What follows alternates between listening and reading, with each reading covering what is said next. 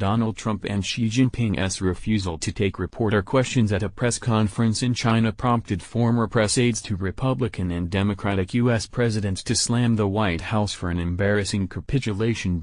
Prominent journalists traveling with Trump and back in the U.S. erupted at the gagging of press at a joint appearance by the U.S. and Chinese leaders in Beijing on Thursday. And they quickly won support from former White House media relations staff, two sets of professionals who are traditionally more used to acting as sparring partners in public, not allies. The Chinese try this every time.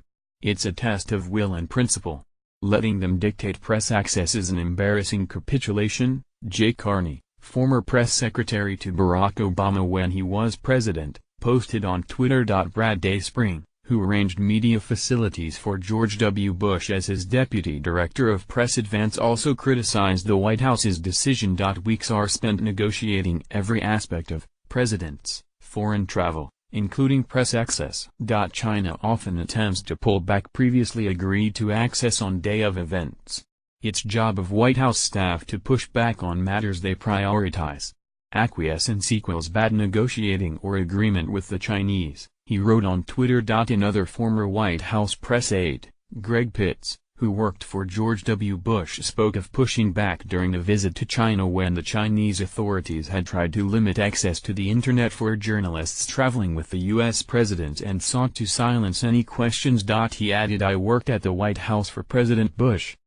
China regularly insisted on no questions during our travel there. Our team fought for greater press access, including questions." The White House press secretary, Sarah Sanders, defended the decision.